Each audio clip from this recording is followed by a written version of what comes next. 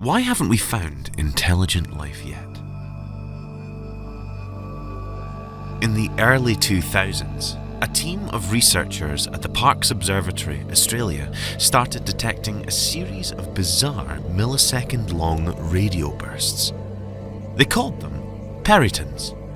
Strangely, they had many characteristics in common with fast radio bursts, a mysterious class of phenomena believed to originate from deep space. Speculation about peritons was inevitable. Newspaper articles even claimed that these puzzling signals could be attempts at communication by an alien civilization trying to reach out to us across the cosmos.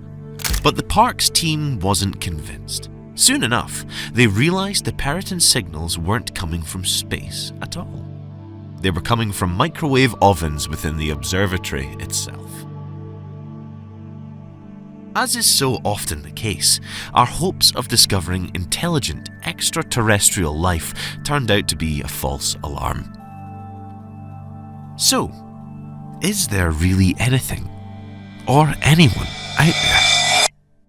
Are we truly alone in the universe? And if not, why haven't we found intelligent life yet? 14.6 billion years ago, the universe suddenly exploded into existence. From the center of the Big Bang came an outpouring of galaxies. In our own galaxy, the Milky Way, astronomers estimate that there could be as many as 400 billion stars, many of which have planets orbiting them, just as they do in our own solar system. Like all planets orbiting our Sun, barring our own, most of them are uninhabitable. But what about the planets in other parts of the galaxy? Assuming the Earth's conditions have allowed complex, intelligent life forms to develop, it follows that other planets with similar conditions should also be capable of sustaining complex life. If there are 400 billion stars in our galaxy, even if only half of them have been orbiting planets, and just one of those planets has a solid surface and orbits in the Goldilocks zone, we can expect there to be at least 200 billion potentially habitable planets in the Milky Way. So why haven't we found them yet? Despite decades of searching, we haven't found any concrete evidence that we are not alone in the universe. This has become known as the Fermi paradox. Named for the physicist Enrico Fermi, the paradox highlights the statistical discrepancy between the high probability of intelligent life evolving on various planets around the galaxy and our total lack of evidence that such life exists. Fermi noticed this paradox back in 1950, and if the lack of evidence for intelligent life was noticeable then, the great silence of the universe has only grown more deafening in the 7 decades since. Our planet orbits the Sun in what is known as the habitable or Goldilocks zone.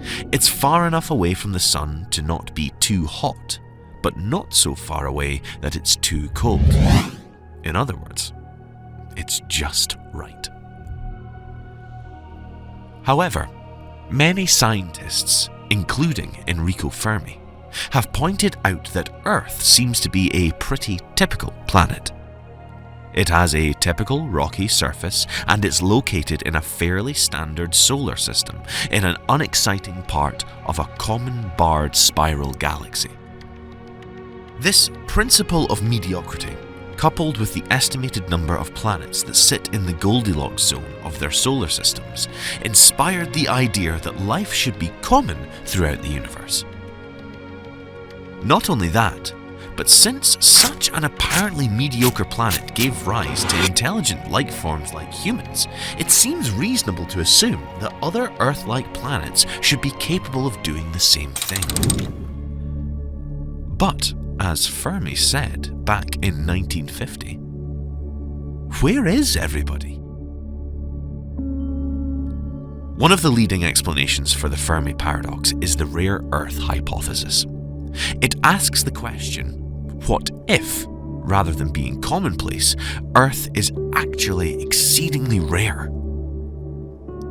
According to Peter Ward and Donald E. Brownlee, the scientists who came up with the hypothesis, there's more to our planet than just having a rocky surface and orbiting the Sun in the Goldilocks zone, and these features could make Earth highly unique. In the past few decades, astronomers have identified a number of worlds, both within our solar system and in other star systems, that are very similar to Earth and may contain evidence of life.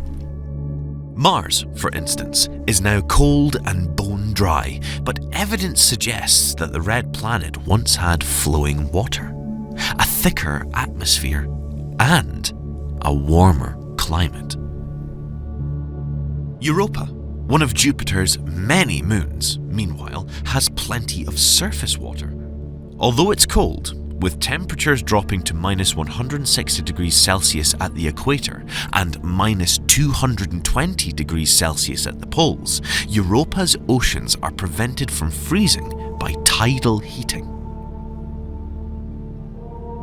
Outside our solar system, scientists have discovered planets like Proxima Centauri b, Kepler 186f, and Kepler 452b, and 3 planets from the TRAPPIST-1 system. All are in the habitable zones of their systems, yet we haven't detected any signs of life on or around any of these extrasolar worlds. So, what if Earth really is unique? What does Earth have that these other planets lack? When studying potential habitable planets or moons, scientists look for certain features, such as an atmosphere with life-supporting gases in it, and a tidal system to keep global oceans moving. But one of the most important of these features is plate tectonics. Plate tectonics have had a profound influence on the history of our planet, and may even have played an important part in the origins of life itself. On Earth, the movement of the planetary crust is driven by internal heat, with convection currents in the molten mantle slowly shifting the rocky plates above. These movements create dynamic geological activity, including earthquakes, volcanic eruptions, and the formation of entire mountain ranges. Although the plate tectonics are certainly capable of wreaking havoc and causing intense damage, scientists believe it is precisely this feature of our planet that allowed it to become a haven for billions of life forms. Volcanically active regions, particularly along mid-ocean ridges and hydrothermal vents, provide energy-rich environments that could have fostered the complex chemistry for the first life forms to emerge, a process known as abiogenesis. This was the origin of life from non-living matter. Chemical molecules gradually become self-replicating biological cells. It was an extraordinary transformation, and while some think abiogenesis is inevitable under the right conditions, many scientists have pointed out the unlikelihood of it ever happening. Without plate tectonics, which created hydrothermal vents, it is possible that abiogenesis never would have taken place on our planet, and life would never have begun. Crucially, all of the potential habitable worlds we have been able to study are mostly tectonically inactive. Only Europa has been discovered to have possible plate tectonics, but more research is needed to confirm if this is the case or not. Enrico Fermi and many other scientists assumed that if the complex life could have evolved on a mediocre planet, what's to stop it happening again, or having already happened before? But given what we know about plate tectonics and its apparent scarcity in the other planets we have been able to study, can we really consider Earth to be anything other than atypical? Even if Earth turns out to be just one of many worlds in the galaxy with active plate tectonics, can we assume that abiogenesis would naturally take place on those worlds as well? Ask a group of scientists who study evolution and the origins of life, and many will tell you just how improbable the whole process really was. For life to begin, a number of highly specific and independent events had to occur. There had to be a source of energy, a supply of organic molecules, and a setting in which those molecules can be concentrated and arranged into complex polymers. Then, these needed to somehow come together in just the right way to create a system capable of both metabolism and replication. This is a huge and complicated leap. Even on Earth, where all the right ingredients appear to have been present, it took hundreds of millions of years for the first true cells to appear. And even if life does begin, that's just the first hurdle. For the vast majority of Earth's history, life remained astonishingly simple. For over 3 billion years, our planet was dominated by bacteria and archaea, single-celled organisms with no nucleus and no overly complex structures. So how did we go from a planet populated by only single cells to one ruled by intelligent, space-faring apes? Multicellularity requires a suite of highly specific innovations. First, cells must be able to stick together in a stable way, rather than just forming a chaotic cluster. Then, they must learn to communicate with each other through chemicals so that they can coordinate their activity. Crucially, some individual cells must give up their own reproductive potential for the benefit of the whole organism. This led to the specialization of cells for different things, like our nerve, brain, or skin cells. It also took a staggeringly long time. The earliest known multicellular organisms don't appear in the fossil record until the Ediacaran period, around 600 million years ago. That's more than 3 billion years after life began. Even with the right conditions, multicellularity has evolved only a relatively low number of times on Earth, and true complexity, the kind seen in animals, plants, algae, and fungi, has evolved in only those 4 groups. Many lineages of multicellular life stalled at the level of simple colonies or filaments. Only in rare cases did they cross the threshold into true differentiation and tissue specialization. So, just as abiogenesis may be an exceedingly rare event in the universe, so too might be the rise of complex multicellular life. A planet might well harbour oceans teeming with single-celled organisms for billions of years, without ever producing anything more elaborate than microbial mats. That kind of biosphere could easily go undetected by our current instruments, making the universe appear silent and lifeless, even if microbial life turns out to be relatively common. It's possible that our planet represents not just a rare oasis of life, but a near-unique site of evolutionary complexity. And if that's true, then the silence we hear when we scan the stars may not be mysterious at all. It may simply be the sound of an empty or largely microbial cosmos. However unlikely the evolution of intelligent life on our planet was, or how rare Earth may be, that doesn't necessarily mean that intelligent life cannot possibly exist elsewhere in the universe. The zoo hypothesis offers a compelling explanation for our total lack of contact with alien life. It suggests that life can, and does exist outside Earth, and that there are millions of extraterrestrial civilizations in existence. In fact, it has been argued that if extraterrestrial intelligence did exist, the alien civilizations would have created self-replicating machines that would travel through the cosmos.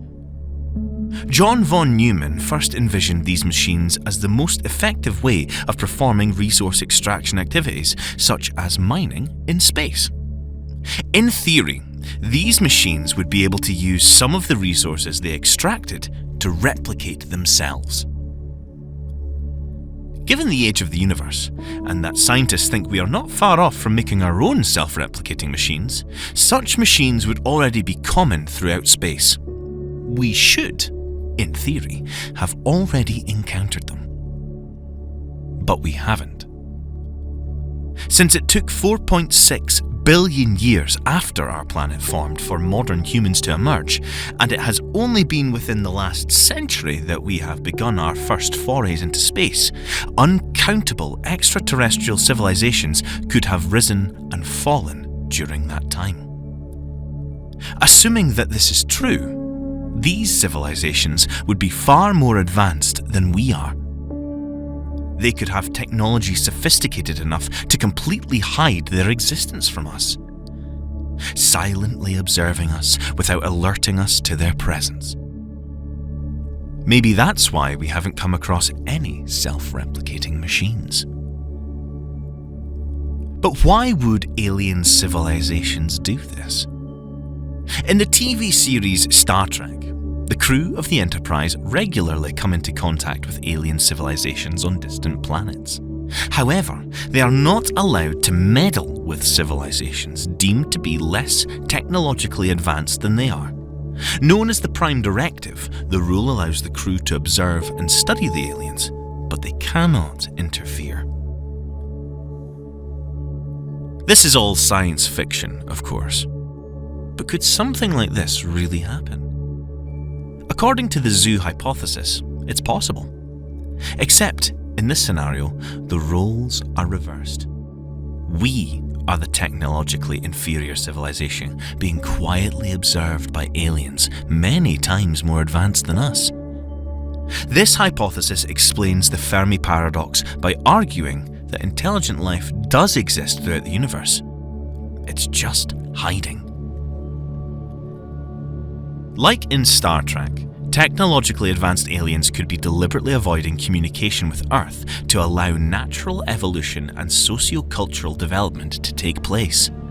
Some even suggest that when humanity has reached a certain technological or cultural threshold, intelligent extraterrestrial life may reveal itself to us. Believing the human species to be ready to deal with such a momentous occasion. If this is the case, we have to assume that intelligent life is inherently altruistic. The zoo hypothesis calls to mind an image of a birdwatcher concealed within a wildlife hut, silently watching and not interfering. But what if intelligent life has another, darker reason to hide from us? In 2008, Chinese author Liu Cixin published a science fiction novel titled The Dark Forest. In the novel, Earth is threatened with invasion by an alien civilization from the Tri-Solaris system. Central to the plot of the book is that any civilization that broadcasts its existence to the universe will almost certainly invite its destruction by another civilization. According to the Dark Forest hypothesis, which was named after Liu's novel, the intentions of a newly contacted civilization can never be known with any certainty. So, if one is encountered, extraterrestrials may deem it best to shoot first and ask questions later. This way, they avoid the potential destruction of their own civilization. Like nations with nuclear weaponry, civilizations capable of space travel have the technological ability to destroy other civilizations. But by possessing such weapons, they are viewed as potential threats by their interplanetary neighbors. As such, The universe is like a dark forest that is filled with armed hunters creeping silently through the shadows. Each hunter is keenly aware that the forest around them is filled with danger, and that they are also being hunted. So if the universe is like a dark forest, and intelligent life hides itself away in case of destruction, that would explain why we have not encountered any evidence of extraterrestrial civilizations yet. However, it also suggests that if we continue broadcasting our location throughout the galaxy in our search for alien life, we may be putting ourselves in immense danger. As terrifying as the dark forest hypothesis is, there is one final, even more horrifying theory to explain the Fermi paradox. According to the astronomer Nikolai Kardashev, there are 3 different types of civilizations. Type 1 is able to access all the energy available on its planet and store it for consumption. Type 2 can directly harness energy from the sun, most likely through the use of a Dyson sphere. Type 3 is able to capture the energy emitted by its galaxy and all the objects in it, such as every star, every planet, and every black hole. Since humanity has not yet been able to access and use all the energy available to us on our planet, we have not reached Type 1, but we're close to it. The Great Filter hypothesis asks the question, what if there is a barrier to the development of intelligent life somewhere along the Kardashev scale? Since we haven't come across any alien civilizations, be they Type 1, 2, or 3, extraterrestrial intelligence may in fact be exceedingly rare. Robert Hansen, who popularized the hypothesis, argues that the appearance of advanced intelligence is probable. But there is a great filter which acts to reduce the number of places in the universe where intelligent life might arise. Currently, we are only aware of the existence of one intelligent civilization, our own. This filter could lie in our past, meaning we've already overcome it. Or it could be in our future. So where might the Great Filter be? The hypothesis proposes a step-by-step process to intelligent life. Considering the apparent rarity of life in the universe, let alone intelligent life, one step in the process must be improbable. According to Hansen, there are 9 steps in the process. First, there needs to be the right star system which includes organic materials and potentially habitable planets. Second, reproductive molecules like RNA need to exist. Third and fourth, single-celled prokaryotes and eukaryotes need to evolve.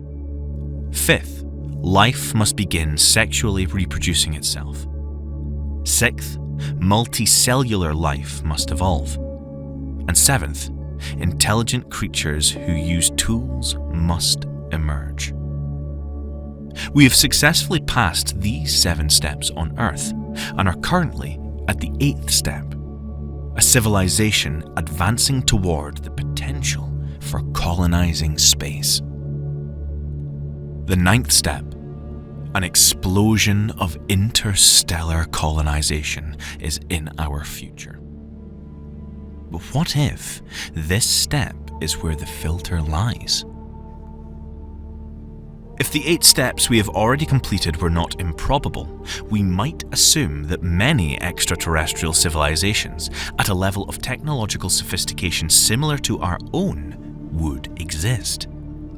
However, the Great Filter hypothesis points out that none appear to have made it to step 9, or the universe would be full of extraterrestrial colonies. Robert Hansen thinks that step 9 is the improbable step in the process. But given humanity's current rate of technological advancement, the only thing that appears likely to keep us from step 9 is some sort of catastrophe. Many scientists think it could be the complete depletion of resources on Earth, or perhaps extreme climate change could make our planet inhospitable for humans and most other life. Still, others have suggested that a massive pandemic, one much worse than COVID-19, could devastate our species to an extent that human civilization collapses. Another unsettling prospect is World War III, in which nuclear weapons could totally destroy the planet.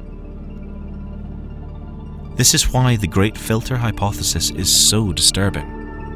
It proposes that civilizations cannot move past the 9th step in the process.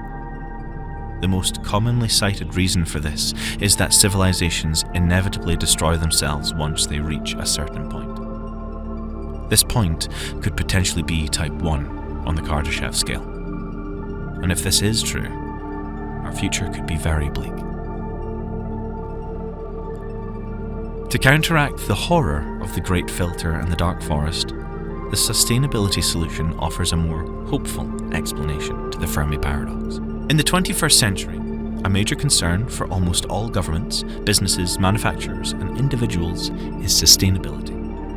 We are constantly bombarded by calls to action to reduce our plastic consumption and donate to tree planting initiatives. But what if sustainability is a concern? Not just on our planet, but across the whole universe. The sustainability solution, first proposed by Jacob Hack-Misra and Seth Baum in 2009, suggests just that. The Fermi paradox, as convincing as it is, makes a lot of assumptions about what extraterrestrial civilizations will be like. Hack-Misra and Baum point out that the paradox assumes that intelligent life will always expand out from its home planet to colonize the galaxy, obviously based on the behavior of human civilizations. But Hack-Misra and Baum argue that this kind of territorial expansion is almost always unsustainable. As we have seen on our own planet, we are coming dangerously close to running out of several finite resources, like oil and gas. Once these resources are gone, our expansion into space must either end or become more sustainable. Another observation they make is that many human populations, such as indigenous hunter-gatherers, live sustainably. There's no question of their intelligence, and yet their ways of life would be undetectable from space. According to the sustainability solution, since human populations are gradually transitioning towards a slower growth, more sustainable development pattern, it is possible that alien civilizations are doing the same thing. Imagine a space-faring extraterrestrial species that traveled through the galaxy in ships made entirely of natural materials. There could be no doubt of their technological sophistication or intelligence, but their activities might go wholly undetected by even our most advanced instruments. Some intelligent alien civilizations might have begun their transition to more sustainable development earlier in their history, which could have caused their technological and population growth to become slower and less damaging to their planet. As a result, these civilizations may lack spacefaring technology, but could still be very active and innovative on their home planet. This could explain why we haven't found evidence of intelligent life yet. It could be out there. It's just harder to detect. No matter how convincing or unsettling some of the explanation for the Fermi paradox are, we have to admit that there are limitations to our search for intelligent life beyond our planet. For one, despite our enthusiasm, we have only been looking for a few decades. For most of that time, we have relied on radio telescopes to scan the skies for potential alien signals. But even our own most powerful instruments can only detect a narrow band of signals across a relatively small region of the galaxy. If alien civilizations are broadcasting in a way we haven't yet anticipated, or if they are using technologies beyond our current understanding, we would have no way of hearing them. Even the ambitious SETI program is limited by budget, infrastructure, and sheer scale. The vastness of the universe presents an almost unimaginable challenge. It's like dipping a glass into the ocean and wondering why you haven't caught any fish. That said, our capabilities are improving all the time. As time goes on, we will inevitably make breakthrough discoveries, and one of these could be extraterrestrial life. Just in the last decade, we've already discovered thousands of exoplanets using missions like Kepler and TESS, many of which lie within their stars' habitable zones. In 2017, scientists confirmed the existence of the TRAPPIST-1 system, home to at least 3 Earth-sized planets that may be capable of supporting life in water. We have even begun developing methods to detect biosignatures, chemical markers like methane, oxygen, or complex organic compounds in alien atmospheres that could hint at biological activity. We're also starting to search for technosignatures. These are indicators of advanced technology, such as laser pulses, radio bursts, artificial light, or waste heat from megastructures like Dyson spheres. Technosignatures are therefore like the fingerprints that an extraterrestrial civilization might inadvertently leave behind. Already, scientists have made several intriguing discoveries. Back in 1977, astronomer Jerry Emin was scanning the sky using the Big Ear radio telescope at Ohio State University when he spotted something extraordinary. A sudden, strong, narrow-band radio signal that lasted for just 72 seconds. Emin was so astonished, he circled the readout and wrote a single word in the margin. Wow! To this day, the so-called WOW signal remains unexplained.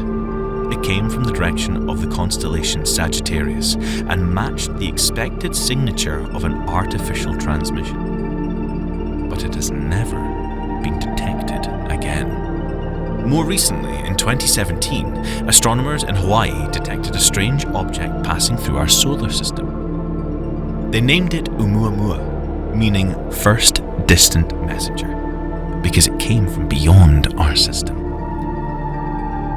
Considering its relatively small size, between 100 and 1,000 meters long and between 35 and 167 meters thick, it was originally thought to be a comet.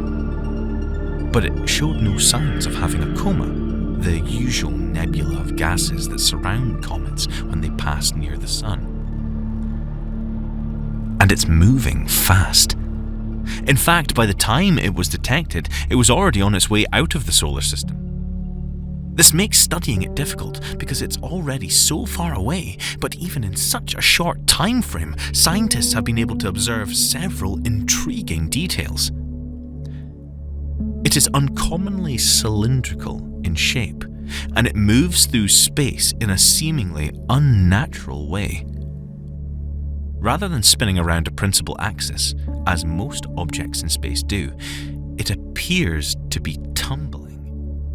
Some suggest that it could have collided with something, which may explain its strange tumbling motion, but it's impossible to say without further study. Most intriguing of all, as Oumuamua passed by the Sun on its way out of the solar system, it sped up. This is to be expected from comets, which experience outgassing, whereby volatile substances inside the comet evaporate as the Sun heats its surface. But Oumuamua has no such tail of gases. Which begs the question, what made it accelerate? Could it be an engine of some kind? Although some scientists have attempted to explain this mysterious acceleration, such as suggesting that Oumuamua's gases were invisible, the jury is still out on whether it is just another comet or if it was crafted by an alien civilization. Even if it turns out to be just another comet, and nothing to do with extraterrestrial life, Oumuamua is definitely worth studying. And scientists are already working on probes such as Project Lyra to catch up with it.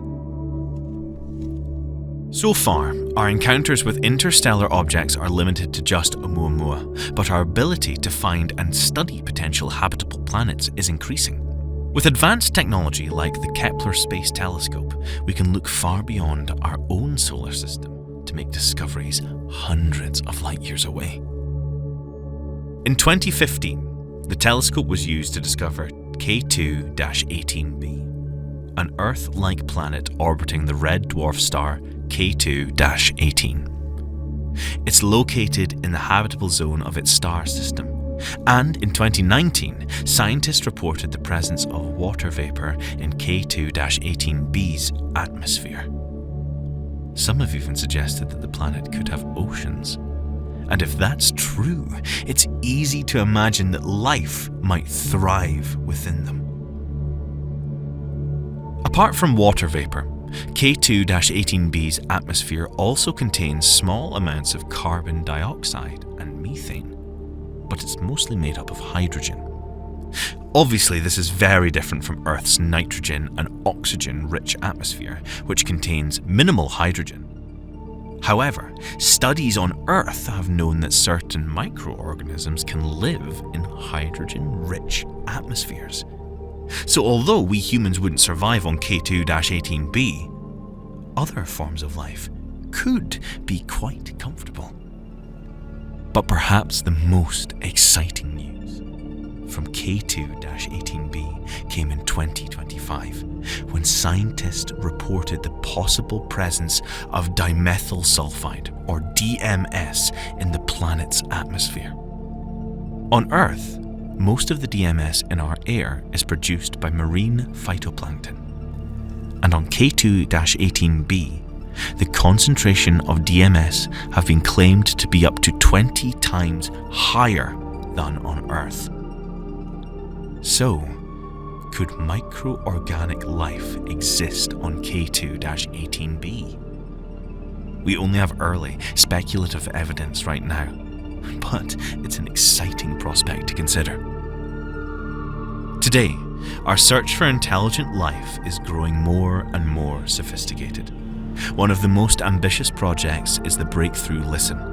This project is using some of the world's largest telescopes to scan the skies for techno-signatures. Unlike earlier efforts, the Breakthrough Listen incorporates the power of AI and machine learning, which can sift through vast quantities of data with far greater efficiency than human researchers. The aim is to spot patterns, anomalies, or bursts of energy that might otherwise go unnoticed, potentially uncovering signs of intelligent life that might otherwise have been buried by the noise of the cosmos. For now, we still don't have any conclusive evidence of intelligent life beyond our solar system, but with the rate at which technology is improving, it might just be a matter of time before we finally find a signal or a curious object that proves to be of extraterrestrial origin. Are we truly alone? Or are we just not listening the right way? Let us know your take in the comments below, and subscribe to keep exploring the most fascinating questions of the universe with us.